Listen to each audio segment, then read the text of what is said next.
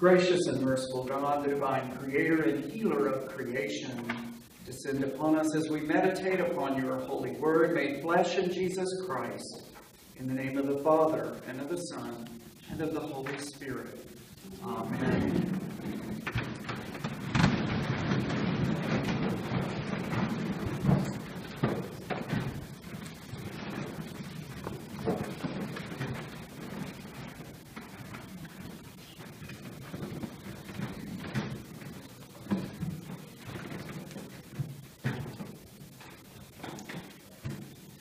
$1.6 billion. 1.6 billion stars twinkling bright in the night. 1.6 billion snowflakes falling on a brisk winter morning. 1.6 billion birds winging around a brilliant blue sky. 1.6 billion blades of green grass in a meadow. 1.6 billion fire ants mounding in a Texas field. 1.6 billion gallons of water rushing down the mighty Mississippi River. 1.6 billion seems like a lot. Actually, it's more than I can even begin to imagine. It's difficult for my mind to exponate numbers that are that large, and yes, I did just make up that word. To begin to get an idea of what 1.6 billion looks like, I have to make space in my mind for things that, from my perspective, move from finite to infinite. Because 1.6 billion is just, well, huge. 1.6 billion seems large enough that things that at once seemed impossible begin to feel possible. 1.6 billion motivates me in a way that other things just don't. And so in my human attempts to reach into what seems like infinity, because I can't really wrap my mind around it, I do the only thing that I can think of to do. I purchase a ticket. Because 1.6 million is simply mind-boggling. Especially when we're talking about $1.6 billion. Fantasies open themselves up in my mind in ways that apparently they don't when we're talking about 1 million or 5 million or 150 million or 250 or even 300 million. 1.6 billion does something that no other number can do. 1.6 billion pushes me to pony up my hard-earned $10 for 5 chances at 1.6 billion. Now, I know the old adage that money can't buy happiness, but I'd like to at least try learning that from myself. So I hold this prized possession in my hand, and I have several tantalizing days to dream of what 1.6 billion really means. I imagine in my fantasy that hearing my number called, winning that 1.6 billion, would feel something akin to what Chuck Yeager must have felt on October the 14th of 1947, when he, for the first time, defies the G-forces of Earth to travel at a speed greater than that of sound. It must be like being propelled into nirvana.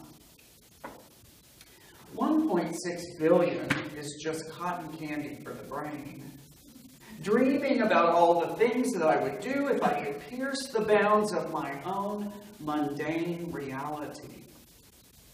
The possibilities seem, well, infinite. And they're all, for the most part, grounded in generosity. So my bargain with God about 1.6 billion goes something a little bit like this. See if it's what goes on in your mind as well.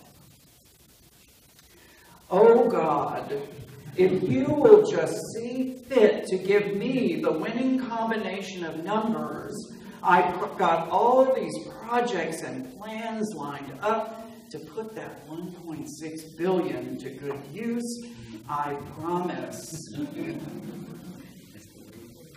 They usually start as I imagine most people's fantasies about these things do. Well, first, I'm going to quit my job. Why do I need to work? Think of all the time and the energy that I can put into helping others if I'm not bounded by these pesky details of time and space and the expectation of others. And quite frankly, there's some folks at work that I don't really like all that much. And it'd be so nice not to have to deal with them, to be uncomfortable in these relationships and situations I don't really like. It would free me up to be so much more generous, God. My generosity would grow exponentially if I were happy with life all around me. But there are some things that have to happen first. The things that make me realize that 1.6 billion isn't really infinity, as much as it may seem. The fine print on my ticket reveals that the cash value of infinity is actually only 904 million. Well, yikes. That's a significant reduction in infinity. But it's still more than I can imagine. And then my mind wanders to what Uncle Sam is going to want out of this. And that's probably at least half, right? Infinity has now shrunk down to about 450 million. Okay, well, that's still a lot. As my fantasy plays out, I start to think about all the people in my life, all those that I love, and I want each of them to be provided for so that they can be in a similar place of comfort and happiness and security. If I'm going to be infinite, well, gosh, I want them to be as well. I don't want to be in infinity by myself, right? And of course, I'd want to provide for my church. After all, this came about because of God's generosity with that lottery ticket. So God gets God's cut.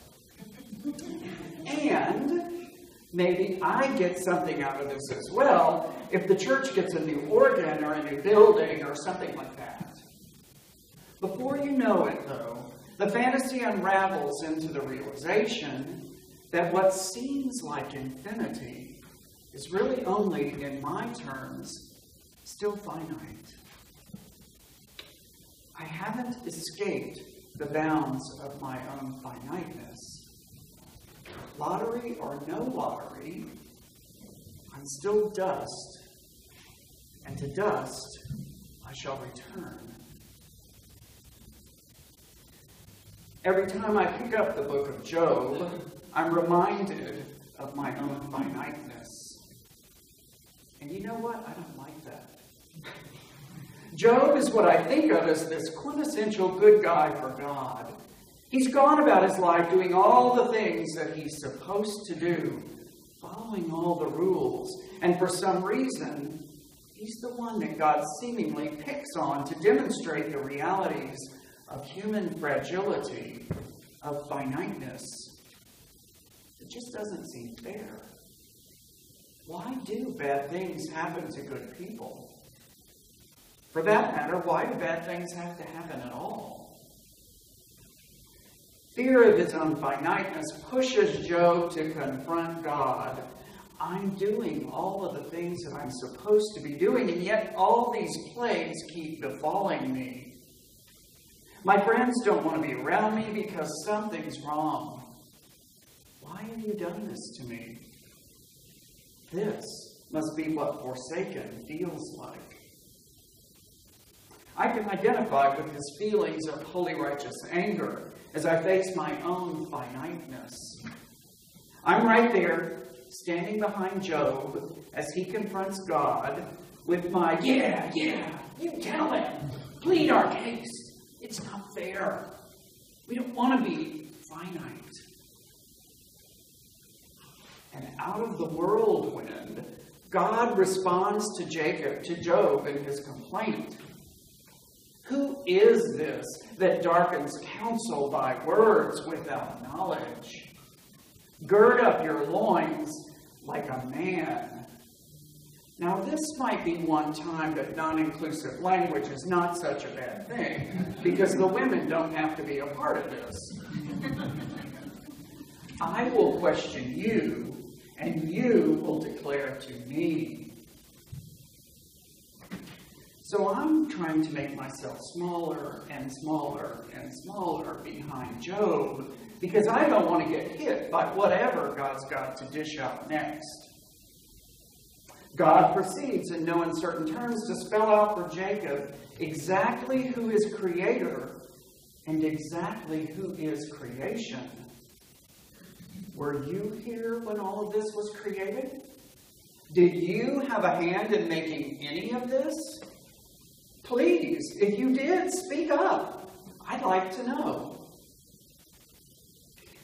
So obviously, these are rhetorical questions. God knows the answers already. God's making a point in this dramatic scene. He's reminding Job of something that seems clear, but is also easy to lose sight of in the face of our day-to-day life. God is creator, and Job, and us, we're not. Job is a part of that big blob of stuff that God created and said it was good. Job is a part of creation. Now, some people may think that God was mad at Job's righteous indignation and just wanted to set him straight, kind of slap him back into place. But I think there's more to God's dramatic interlude than just defending God's self. As creator, God probably doesn't need to justify God's actions. No, I think God's dramatic response to Job is actually God's way of reminding and reorienting Job as to what their respective positions are, what their roles are in this cosmic play called life. There's a whole bunch of stuff that Job's worried about, stuff that keeps him from living his life, stuff that's brought him to this point. And it seems like really legitimate stuff. And God's restatement of who is creator and who is creation may just be God's way of relieving Job of some of those fears. I am creator. You are creation. Enjoy being a part of creation. You don't have to worry about the foundations of the earth. You don't have to worry about feeding lions or ravens or counting the hairs on someone else's head. Leave all of that to me. Live your life like you are a part of my wonderful creation, because my child, you are. Job's fear fuels his holy righteous anger. And truth be told, fear is what drives my own holy righteous anger. Fear of finitude, of not enough. My own fears of not having enough are what stifle my own living into God's radically generous gift of creation, a creation of which we're all a part. So why do I need to win the lottery? To have power over 1.6 billion, to break the sound barrier, to reach into infinity, to lead the life that God's beckoned Job and you and me into? Why do I have to wait to be generous with all that's already been entrusted to me? It's that fear of finitude, of not enough, that keeps me from acting every day as though I had already won the lottery. Because I'll tell you folks, just the fact that we woke up and we put our feet on the floor and that we have a roof over our heads and that we got into a vehicle and we came here and that we get to be a part of this community that proclaims that all are welcome, we've already won the lottery. We're a part of God's great, fantastical creation, and that's worth more than $1.6 billion could ever purchase, no matter how you parse it. Bountiful giving. It's the theme for this year's stewardship campaign, but quite frankly, we live it all year round here at St. Martin in the Fields Church. Yes, we do. Every time I drive up and I see the banner out there that says, "All are welcome," I thank God. And you should too. Because it's easy to take that for granted. But don't. Hard as it may seem to believe, many people drive up to churches all over Christendom, and they don't see that. It's a huge commitment of resource to be the church that takes that mantle on. Believe me, the theological implications of that statement, whether it's the first thing that you or someone else sees when they drive up into this church parking lot, or when you pull up our website, or when you get enveloped into the arms of love that demonstrate that, you start to know what God feels like. You're a part of God's great celebration of creation. So, how are you going to respond to the lottery that you've already won? Good news, gospel deserves, no, it demands a response. Will you wait to win the lottery to overcome your own fears of finitude? $1.6 billion need not stand in the way of your own radical response to God's gift of generosity.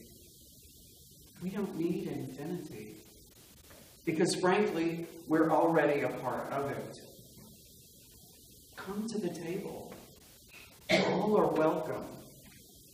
Celebrate. Amen.